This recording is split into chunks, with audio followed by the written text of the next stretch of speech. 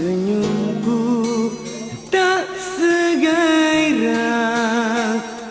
gerak gaya tidak selincah, mataku tak seayu kicau burung pun tak semerdu.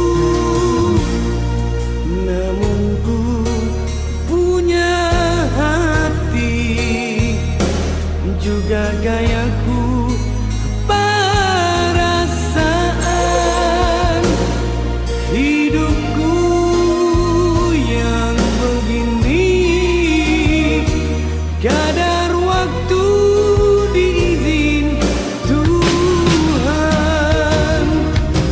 tidak ku minta lahir ke dunia, tidak ku duga cacat begini.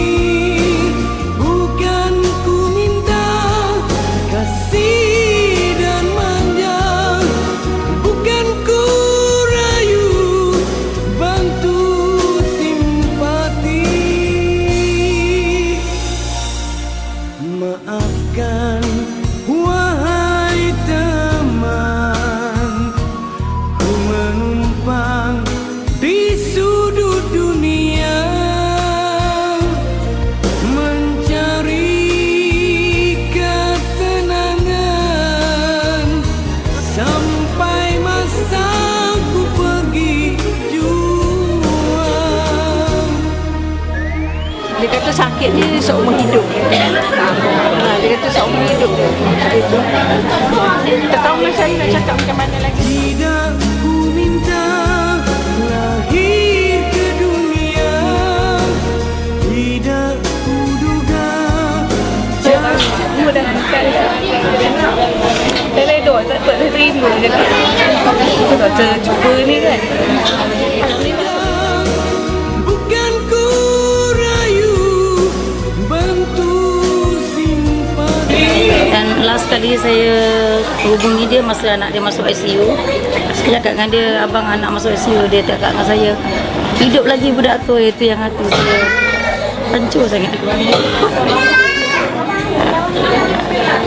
Dan sejak hari itu saya berjanji dengan diri saya bersumpah dengan anak saya tak akan hubungi dia walaupun apa terjadi pada anak saya. Ku pergi juang.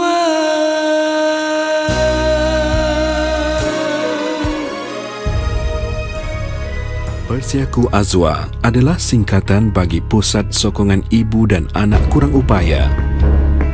Manakala Azwa diambil sempena nama anak pengasasnya yang juga merupakan anak kurang upaya kritikal dan telah meninggal dunia setelah 11 tahun terlantar. Fungsi Persyaku Azwa adalah sebagai pusat perlindungan dan jagaan untuk anak orang kurang upaya kritikal terlantar.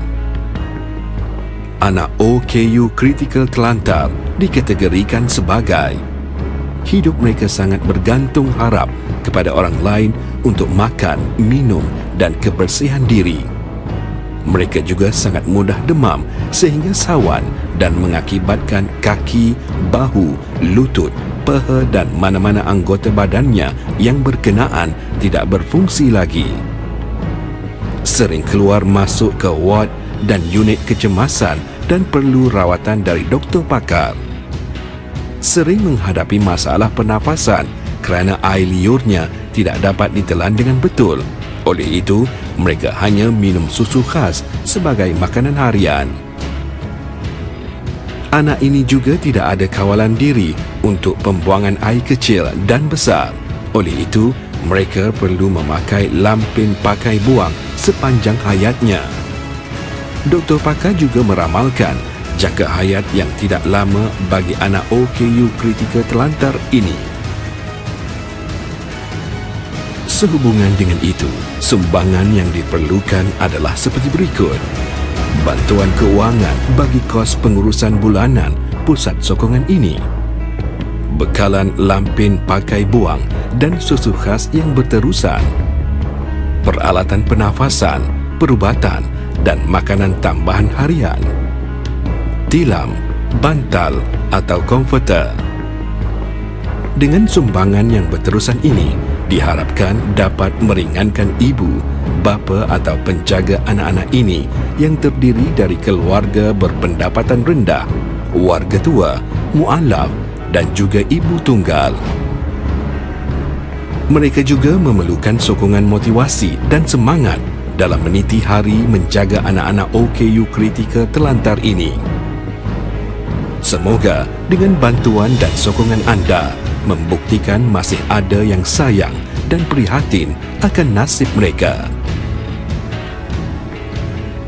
Bukanlah menghadapkan wajahmu ke arah timur dan barat itu suatu kebajikan, akan tetapi sesungguhnya kebajikan itu ialah beriman kepada Allah, hari kemudian, malaikat-malaikat, kitab-kitab, nabi-nabi dan memberikan harta yang dicintainya kepada kerabatnya, anak-anak yatim, orang-orang miskin, musafir dan orang-orang yang meminta-minta, dan memerdekakan hamba sahaya, mendirikan solat dan menunaikan zakat, dan orang-orang yang menepati janjinya apabila ia berjanji, dan orang-orang yang sabar dalam kesempitan, penderitaan dan dalam peperangan. Mereka itulah orang-orang yang benar imannya dan mereka itulah orang-orang yang bertakwa. Surah Al-Baqarah ayat 177.